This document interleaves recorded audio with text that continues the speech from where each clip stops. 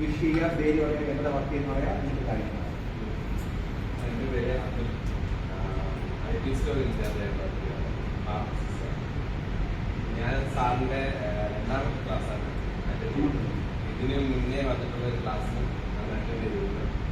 വലിയൊരു ചേഞ്ച് അതിനകത്ത് എനിക്ക് കിട്ടിയിട്ടുണ്ട്.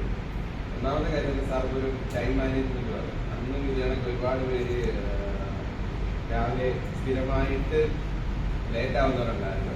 അപ്പം കാര്യം 1-2 മിനിറ്റാണ് ലേറ്റ് ആവുന്നത്. അന്ന് സാർ അതിന് പറഞ്ഞൊരു കാര്യം എന്ന് വെച്ചാൽ ഇന്ന് ചെയ്ത എല്ലാ കാര്യങ്ങളും നടക്കണമെങ്കിൽ നമ്മൾ എഴുന്നേൽക്കുന്നത് 1-2 മിനിറ്റ് നേരത്തെ എഴുന്നേൽക്കാം.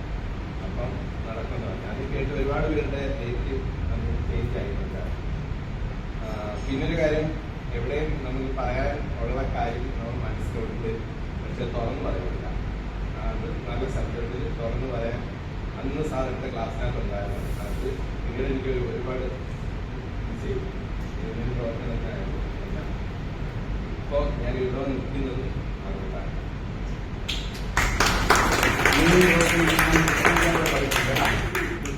ആൾക്കാരുടെ മുഖത്ത് നോക്കി സംസാരിക്കാം. ഒരാളോട് അന്ന് ക്ലാസ് കുറച്ച് സമയം ഉണ്ടായിരുന്നു, 3-4 മണിക്കൂറുണ്ട്.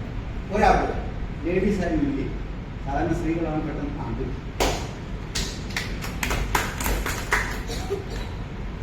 എൻ്റെ പേര് രജിഷാരാജ്, ഞാൻ മൈക്രോബയോളജിസ്റ്റായിട്ട് വർക്ക് ചെയ്യുന്നു. ഞാൻ സാറിനെ ആദ്യമായിട്ട് കാണുന്നത് സാറിൻ്റെ ക്ലാസ് ആദ്യമായിട്ട് അറ്റൻഡ് ചെയ്തു. സാറിനെ കണ്ടപ്പോൾ അടിച്ചിരിക്കുന്നത് എനിക്ക് സാറിനെ കണ്ടപ്പോൾ ആദ്യം ഓർമ്മ മായാവിയുടെ പ്രൊപ്പോസനെയാണ്. ആ ഫോട്ടോ ഒന്ന് കഴിച്ചു തരാം. ഞാൻ അവിടെ നിന്ന് ഇപ്പം നിലവിലിവിടെയല്ല NSPC ആയിട്ട് ഞാൻ വർക്ക് ചെയ്യുന്നു. അപ്പോൾ അവിടെ നിന്ന് വന്നപ്പോഴത്തേക്ക് ഞാൻ പറഞ്ഞിട്ട് അവിടെ സെക്യൂരിറ്റിയുടെ അവിടെ പോകുന്നു ചോദിച്ചാൽ ഞാൻ പറഞ്ഞ ക്ലാസ് ഉണ്ട്, ഞാൻ ഉറങ്ങാൻ വേണ്ടി പോകുമെന്ന് പറഞ്ഞാൽ ഞാൻ വന്നത്. ഞാൻ ഉറങ്ങാൻ വേണ്ടി ഏറ്റവും പുറകെ പോയി ഇരുന്നത്. പക്ഷേ ഒരു ഉറക്കത്തിൻ്റെ ഒരു ചെറിയ ലാഞ്ചന പോലും വന്നിട്ടില്ല. നല്ല ക്ലാസ്സായിരുന്നു. എനിക്ക് ഒരുപാട് യൂസ്ഫുള്ളായിട്ട് തോന്നി. ഇതിൽ പറയുക വേണം ആസ്വദിക്കണം. ഞാൻ ക്ലാസ്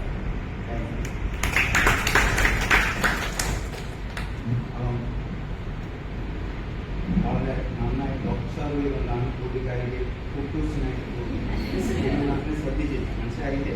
അതിൻ്റെ ഇദ്ദേഹം ചെറുപ്പത്തിൽ നല്ലൊരു വായനക്കാരിയായിരുന്നു നമുക്ക് മനസ്സിലായി. ഞാൻ തുറന്നൊരാളെ ചങ്കൂറ്റം ഉണ്ടാകുന്ന ക്ലാസ്സിൽ കിട്ടുന്ന കാര്യങ്ങൾ പറയണം, ധൈര്യം ഇങ്ങനെ പറയാൻ നമുക്ക് പറ്റണം. വേണമെങ്കിൽ പേടിക്കാതെ ശബ്ദത്തിൽ നന്നായിട്ട് സംസാരിക്കണം. ഭയം അത് മാറും, മനസ്സിലാവുന്നുണ്ടോ? നമ്മുടെ ഹയർ ഓഫീഷ്യൽസ് ഇതാണെന്ന് പറയണം. അതിൻ്റെതായിട്ട് കാര്യങ്ങൾ പേടിക്കുമല്ലോ, വിറകും. അപ്പം പറയും അതായിരിക്കും. മനസ്സിലായില്ലേ? ധൈര്യത്തിൽ പറയണം. ഒരേ ആവശ്യം വേണ്ടി തിരഞ്ഞെടുത്ത കമ്മിറ്റിയിൽ തമ്മിലടി എന്താ കാര്യം?